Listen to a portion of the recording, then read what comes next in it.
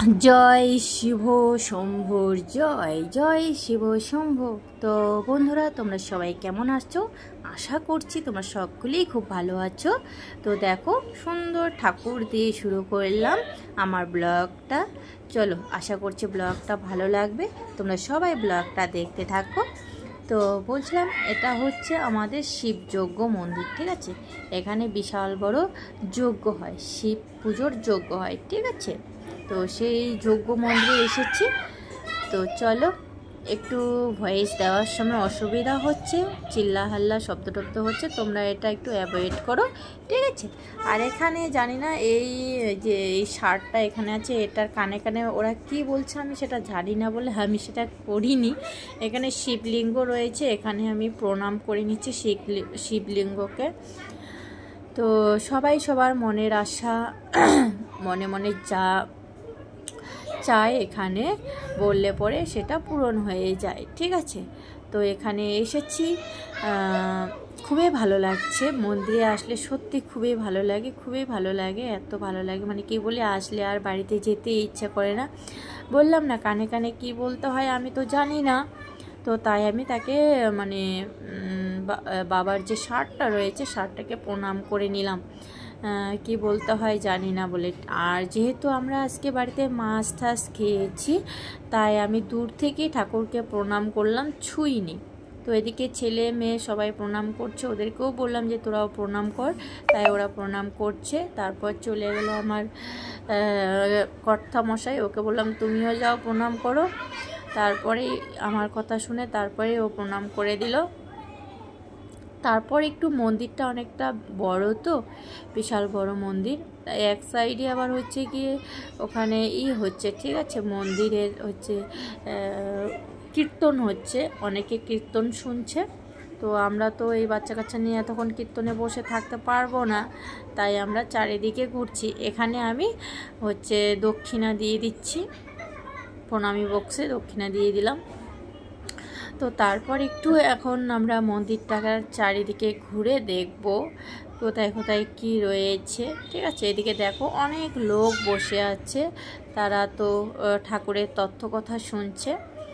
তো খুব সুন্দর তত্ত্ব কথাগুলো এত সুন্দর করে বলছে পুরোহিত মশাই, ব্রাহ্মণ মশাই যিনি, উনি এত সুন্দর করে গুছিয়ে বলছে, মানে খুবই ভালো লাগছিল আমার শুনতে। তো ভাগ্য খারাপ, শোনার সময়ই নেই, বাচ্চা কাচ্চা নিয়ে গেছে। আর এখন ঘড়িতে বাজে কিন্তু যখন মেলায় ছিলাম, এখন যেহেতু ভয়েস দিচ্ছি, কিন্তু তখন ঘড়িতে বেজেছিল 9:30। তো তারপর ওখান থেকে এসে আবার রান্নাবান্না করতে হবে রাত্রে, তাই আর বসে শোনার সময় হয়নি, কিন্তু খুবই ভালো লাগছিল। আর এইদিকে দেখো শিব, যে বললাম না শিবযজ্ঞ, শিবের যজ্ঞ হয়। দেখো এখানে শিবের কত রকম রূপ, ঠিক আছে? অনেক রকম শিব ঠাকুরের রূপ রয়েছে ওখানটায়।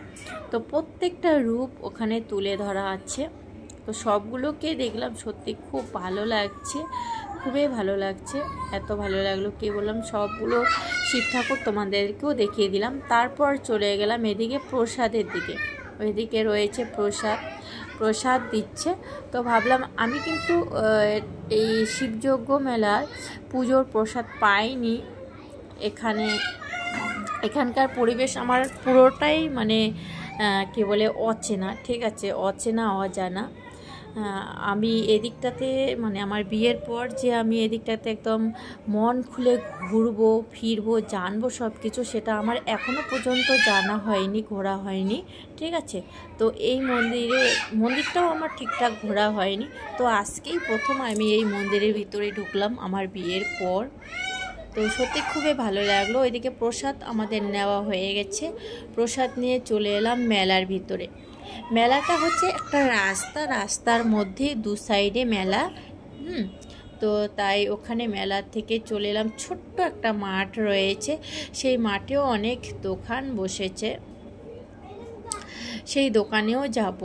তো এদিকে সবগুলোকে ঘুরে ঘুরে দেখছি, ঠিক আছে, যে কোথায় কোথায় কি দোকান বসেছে। আজকেই কিন্তু ফার্স্ট মেলা, এই মেলাটা থাকবে তো 7 দিনের মতো এই মেলাটা থাকবে। তো তাই আজকেই শুরু হলো। ভাবলাম না, আজকে যেহেতু শুক্রবার ছিল, আমার অক্ষয় তৃতীয়া, যাকে বলে অক্ষয় তৃতীয়া, ঠিক আছে, অক্ষয় তৃতীয়াতে এই মেলাটা হয়, এই পুজোটা হয়। তো আমার ছুটি ছিল বলে আজকে এসেছি। তারপরে এদিকে মেলাটা পুরো ঘুরলাম। তারপরে বললাম না, এখানে একটা ছোট্ট মাঠ রয়েছে। তারপরে এই যে এক দর 10 টাকা, এই 10 টাকার এখানে চলে এলাম। তো এখানে কিছু কেনাকাটি করব। পাশের দোকানটাতে ভিড় নেই, যেই দেখেছে 10 টাকায় সেল দিচ্ছে, এই 10 টাকার এখানেই হচ্ছে সবার ভিড়।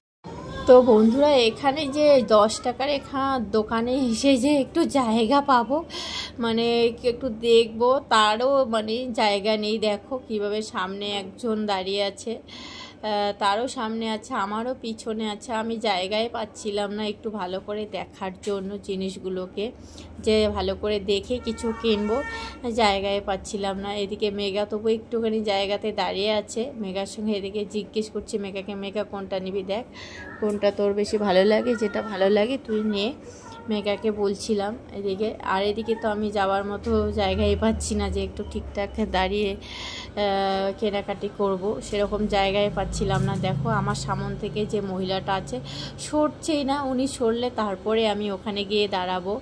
তো সে সরতেই, মানে কি বলি, আর সরছেই না। তাই ওনার পিছনেই দাঁড়িয়ে আছি, যে উনি যদি সরে যায় তারপরে আমি যাব। তো এদিকে টুয়ার বাবা বলছে তোমাদেরকে হয় না।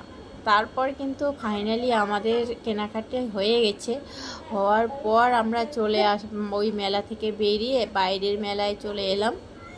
তারপর ছেলে বলছে ওকে নাকি বন্দুক লাগবে।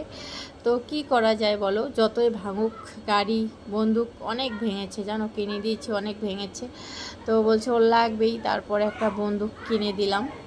তো তোমরা বলো তো ওর হাতের বন্দুকটা কত টাকা হতে পারে, তোমরা কমেন্টে বলো, ঠিক আছে। আমি টাকা দিয়ে দিলাম, কিন্তু আমি টাকা দিয়ে দিলাম। এই যে ওর হাতে যে বন্দুকটা, এই বন্দুকটা কত টাকা নিল তোমরা একটু কমেন্টে আমাকে জানাবে, কেমন। তো এদিকে কিন্তু আমাকে ক্যামেরা করে দিচ্ছিল টুয়ার বাবা এদিকে, তাই মেঘাও সাথে আছে, নইলে মেঘাও মাঝে মাঝে ক্যামেরা করে দিয়েছিল। তো তারপর এদিকে আরও কিছু দেখতে দেখতে দেখতে দেখতে মেলা থেকে আমরা বেরিয়ে যাব। তারপর কিন্তু আর একটা কিছু শেয়ারই করা হয়নি, আমরা ওইদিকে পাপড়ি চাটও খেয়েছিলাম, ঠিক আছে। এখন যাচ্ছে বাড়িতে, অল্প একটু খাবি, আসো বাবা, চলো মেলা ঘোরা শেষ।